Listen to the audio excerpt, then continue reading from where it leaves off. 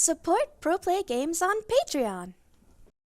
What's up guys, Fenrir here, aka Mr. Battle, coming at you with a blue flare deck profile. I played yesterday on stream and I went undefeated. I think I was only on stream for 2 of those matches. Versus Black War, which was probably the toughest one I had all day, and versus Machine Dramon, which was not great, but it definitely wasn't as bad as it should have been. I feel like the deck had a lot of answers to that, but let's get started with rookie counts first. So, off the bat, 4 Gaussmon. No matter what you're doing, you're playing this guy at 4. He spits out a free body. He can...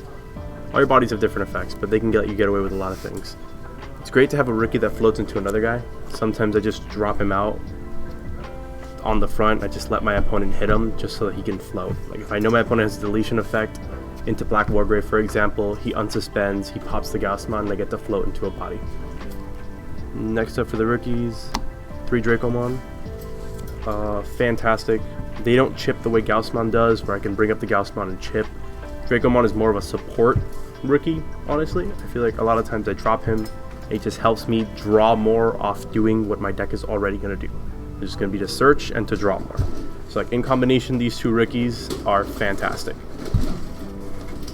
2 Sayakobon, because you now have to deal with Black Wargrave. You have to provide answers for their Digivolution, reduction, and everything like that. Sayakobon didn't really come up besides that.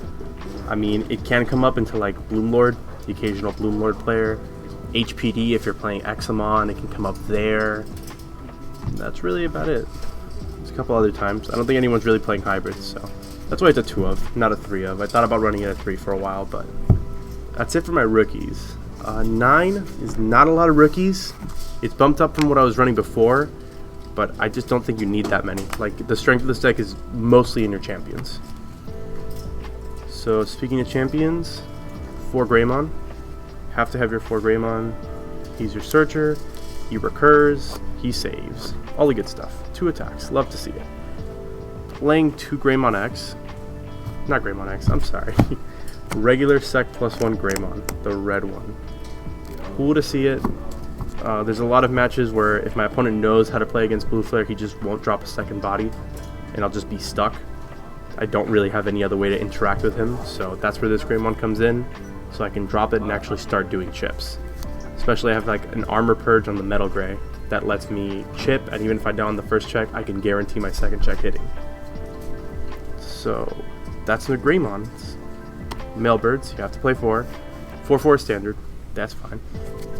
All the good stuff. Mailbird feels not so bad nowadays to hard drop for 5. I feel like when I put a rookie in the back and I hard drop Mailbird on turn 1 just to play out the Christopher, just having those 2 bodies there is pretty nice.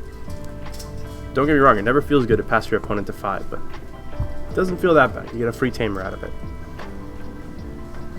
3 Decker. Still not going to be a 4 of. I love the draw, but I also think this card can be a little bricky because it doesn't do things for you the way that your other champions do. This guy is draw, but it's dependent on what your opponent has going on. So early in the game, he's more or less dead. Very little draws. Dracomon helps. Sometimes if I'm really bricked up, I will have to just promote a Dracomon and just hard drop a Decker to get those 2 draws, but hopefully we're not there. And that's it for your champions. Pretty standard count. Nothing crazy. I think the list is mostly cookie cutter, honestly. Nat's kind of squeezed out a lot of kinks. A lot of those lists that came out of there were pretty tight. Nothing crazy. 4 Metal Gray X. Metal Gray. Man, I'm going to keep calling them X antibodies, you know, that's just stuck in my head. No, 4 Metal Greymon. He's fine. I honestly think there could be a case where you cut this guy down to 3 if you really need space for more things.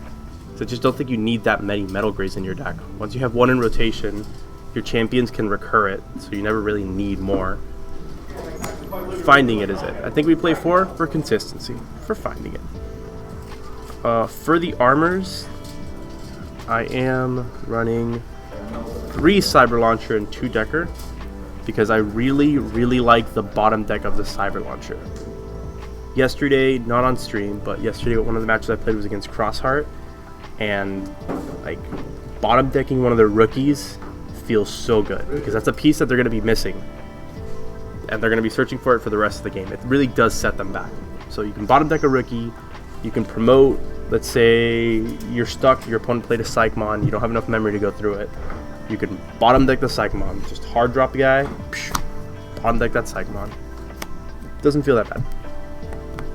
A couple times, I mean, it did come up once, I guess. You can slide a copy of himself under himself when you cross, not when you cross, when you Evo, to bottom deck a level 4. That can happen too, again, against cross, because when you bottom deck one of the level 4s, it feels even worse than their rookies, since their 4s have to be used for all of their crosses. And they have powerful effects too, like bottom decking a Ballistamon so they lose the blocker, and bottom decking a Darulumon so they lose that constant -3 KDP. That's pretty good. Decker's cool. I mean, the only thing I really would think is like the extra 10 KDP is nice. I mean, the extra 2 KDP is nice, but the Decker, I think he's mostly there just stun Black Wargrey. Again, your opponent's not going to go wide. Black Wargrey doesn't usually go wide. Like, they'll build a stack, and that stack will destroy you. But this guy takes care of that for one turn, because you Evo, tuck the Decker Dramon, and he's stunned. Single stun, but just that one single target stun without needing to have 2 bodies on board is kind of nice sometimes. Like, if you do that with keeping turn, you're still able to chip at them and they can't block you. They can redirect you, but because he has armor purge, you're still going to be able to go again. Moving on to your 6s, because that's it for these guys. Never really thought about messing with the armors. I feel like 5 armors feels good. You could do like 3 Decker, 2 Cyber Launcher if you want to, but I'm pretty good with this. So for your 6s, only playing 3 Seeks. Again, you could cut it down to 2. I don't feel like the card is that important, but it's just really nice to be able to unsuspend and do your effects just over and over again. Like, just pay 2, gain 2. It's great. It's a free unsuspend, basically. It just locks you into a 6, so you're just stuck there. Won't be able to armor over him, which isn't that bad. I mean, sometimes you even just want him to die, because that way you can tuck him under a tamer, and if you really need to, you can make one of your armors a blocker by adding him under traits, under the sources. Doesn't feel too bad. Yep, just the 3 6s. A single Death X. It's nice. It comes up. There's a couple Jessamon players running around, so they set up their field, they're doing a bunch of things, and if you don't have enough to go for game with your Greymons, because usually you can get the Jessamon on the clapback. So they do their huge turn, but they can't finish you off. Okay, cool. They have all the sources, they have all the Digimon, stun, stun, stun, stun, stun, swing for game. If you can't do that, then a really cool way to deal with it is just Death Xmon, wipe everything off, and then stun the single guy that's left, which is the Jessamon. And that's it. You take care of that for a turn. Gets you another turn so you can go in. Alright, I'm not doing anything special with my Tamers. So for the Tamers, I used to run Sora Joes that for older format, for EX3, and I just decided it was not worth it anymore. Yuya's cool, I considered playing Yuya's, but Yuya can't be searched, and it just has to be hard slammed, and I don't want to do that either. So just 4 Kiriha. He's the main guy for your deck, you want to use him. That's it.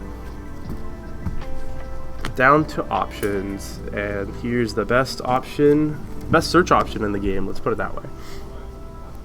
Fantastic, Blazing Memory Boost. Each and every time you want to hit a Kiriha, even if you don't hit a Kiriha, you're still living, because that extra 2 memory delayed on top of the search is crazy strong. There have been games, especially against Black Wargrey, where I'll see my Kiriha just gets popped, but I hold the Blazing Mem Boost, and in one turn I pop like 3 of them, and I just get it anyways. I can't be memory choked as long as I keep putting these guys out. So, it stops you from being memory choked because it is a Mem Boost, unless you get hit with a Ghazi, but again, that's why we run the Cyber Launcher, we bottom deck the Ghazis. But, memories. Lots of memory. If you can't find your memory tamer, you just put out more memory. So, to supplement that memory gain, I wasn't on any Hammer Sparks at all before. I just didn't believe in Hammer Sparks that much. But for this format, people are like laying off the memory chokers. I feel like I don't see them as often. Purple still plays them, but Purple will always play like 2 Ghazi, 2 Psych. It's just their standard. But yeah, Hammer Spark, 4 Hammer Spark, super good. Out of hand, 2 of them is a free armor. feels good. And in security, it's a great bomb. The game 2 can really mess with some things. It came up against Machine Dramon, where they had almost lethal on board. They were going to completely chick my security, and on their first check, Hammer Spark passed turn. Fantastic. Love to see that card. So definitely glad I put it up to 4. I was trying a couple things, trying like only a 2 of before, and then before that I wasn't even running any, but 4 was good. See it as often as possible to get your effects. Of course, you play your 1 Ice Wall. It's a blue card. It's a blue limited card. It's too good. You have to play it. Any blue deck. 2 Sorais. Some of the things that I talked about earlier, where you could cut ratios, like for your 6, you can maybe cut some of your 4s down, or rookies. Would probably just be extra Sorais because this card is so strong. Almost all of the changes I made to the deck are for facing against Black War Gray. So Sorai into Black War Gray is drop that, strip top 4, and top 4 is most of their good effects. So top 4 is what would allow them, usually you get to their 5s, which allow them to swing at your bodies.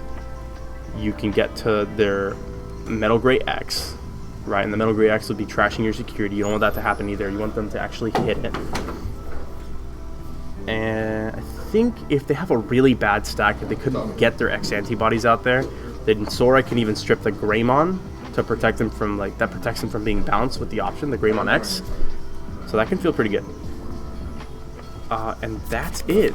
You know, I didn't start with the I guess we'll end with the babies. We'll end with the Digi-Eggs, but I think almost everybody is on the 4 Wanyamon, and people are doing Baby Damon. I'm doing a single Upa. Because Baby Damon is cool if your opponent has 2 Digimon. That's a kind of a tough condition to meet. Sometimes they just have 1. And I feel like usually when your opponent has 2 bodies on the field anyways, one of them's going to have no sources because it's something they hard dropped. So Upa's fine. It could be a Baby Damon. It would be more or less the same, to be honest with you. It really comes down to preference. I just like Upa. Cute little axolotl fish thing. I don't know what he is, but he's neat. Anyways, that's the profile. Went undefeated yesterday. The record, the matches that I played into were... Well, I don't think I have to think that hard for it. Crossheart was game... Yeah. Game 1 was Mastemon, which was really funny. Great match.